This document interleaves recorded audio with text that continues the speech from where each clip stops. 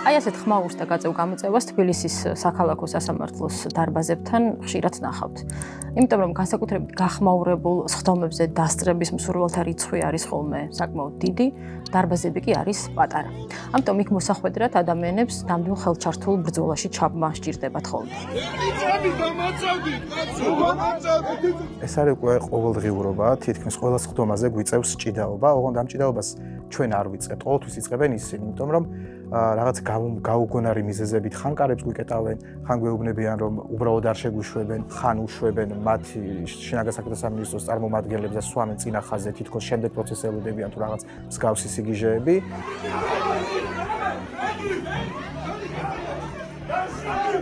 აი ამ დაძაბულობის დროს ისეთი რაღაც შეიძლება უდიერად მოგმართონ, აგდებულად მოგმართონ, ხელი წაგავლონ, რომ აი ყველაფერი ნადგურდება, ყველაფერს ხაზი ესმება, უბრალოდ ისე შეიძლება უზრდელურად მოგმართონ არაფრის გამო, რომ შენ თავს კითხავს უსვო, აი ასე როგორ უნდა გაგიმეტოს ადამიანმა. აი რატომ მამცირებ?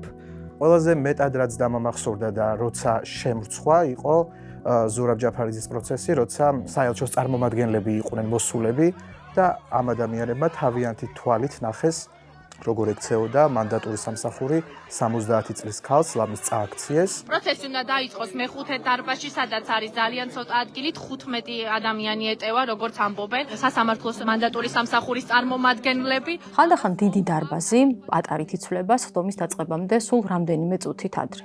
მიზეზი ხან დარბაზის მოუწესრიგებლობა, ხან მისი დაკავებულობა. რეზონანსული პროცესების დროს დარბაზის კართან მანდატურების კორდონი დგას ხოლმე. გარეთ პოლიცია. ისე როგორც ეს ხდებოდა მაგალითად გიორგი ბაჩიაშვილის სასამართლოს სხდომის დროს.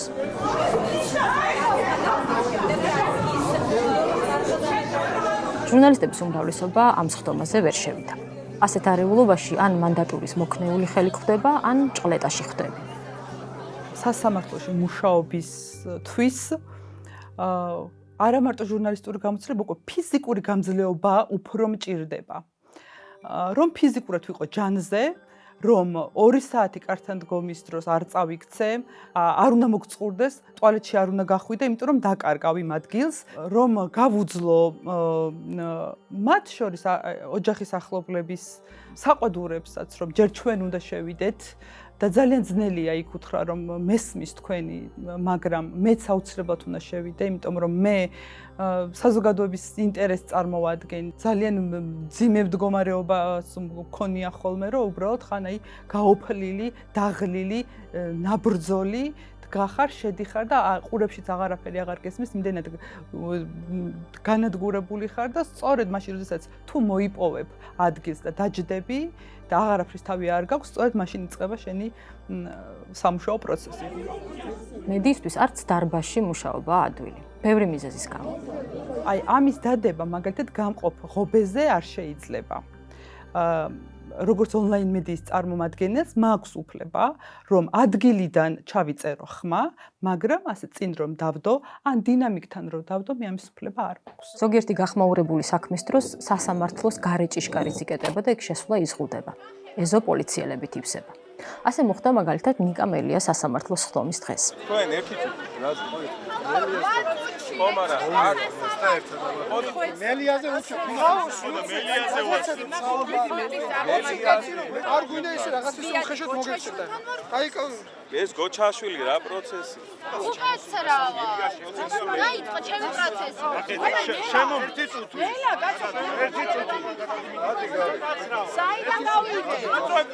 მოდი აქ. პატარაია თუ არის პროცესი აქვს და შეუშვი.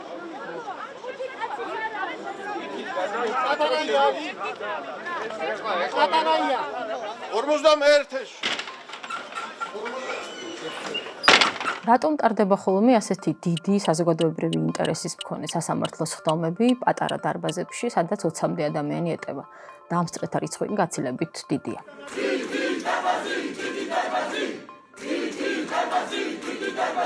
ეს არ აწყობს არალეგიტიმურ ხელისუფლებას, არ აწყობს რომ ბევრი ინფორმაცია გამოვიდეს სხდომიდან, გამომდინარე აქედან ცდილობენ ყველანაირად რომ მხოლოდ მათი სატელიტი მათი იდეის გამტარი ტელევიზია შეუშვან, მაგალითად საზოგადოებრივი მაუწყებელი და ნაკლები ადამიანი შეუშვან, ვინაიდან პატარა ოთახში როცა ტარდება, ახერხებენ მხოლოდ ოჯახის წევრების შესვლას და საზოგადოებრივი მაუწყებელი და 3-4 ადამიანი დამატებით ოჯახის წევრები ინფორმაციის გამოტანას ვერ შეძლებენ, ბუნებრივია მათი ემოციური მდგომარეობიდან გამომდინარე და სხვა ადამიანები ვერ დაასწრებენ ოჯახის წევრებს, ამიტომ გამოდის მხოლოდ ის ინფორმაცია, რაც რეჟიმს აწყობს. შეიძლება ითქვას, რომ სადამსჯელო მექანიზმიც არის ხან. უთქვამს მოსამართლეს მაგალითად ბოლოს ერთ-ერთ სხდომაზეც, რომ აი თუ არ გაჩუმდებით, თუ წესრიგი არ იქნება სხდომათა დარბაზში, შევცვლი დარბაზს, გადავიტან პატარა დარბაზში და მერე იქ ვერავინ უმეტესობა ვერ მოახერხებთ შესვლას. ანუ ეს მუქარაა. ესეთი პატარავაში დარბაზი. მიზეზები საქალაქო სასამართლოშიც ვიკითხებთ. ასევე გვაინტერესებდა სულ რამდენი და რა ზომის დარბაზია იქ, ან როგორ ირჩევა ოთახი სხდომისთვის. მოგთხოვეს ოფიციალური წერილით მიმართვა. მივწერეთ, თუმცა პასუხი ჯერ არ დაუბრუნებიათ. პასუხის გასაცემად მათ კანონის დადგენილი 10 დღიანი ვადა აქვთ.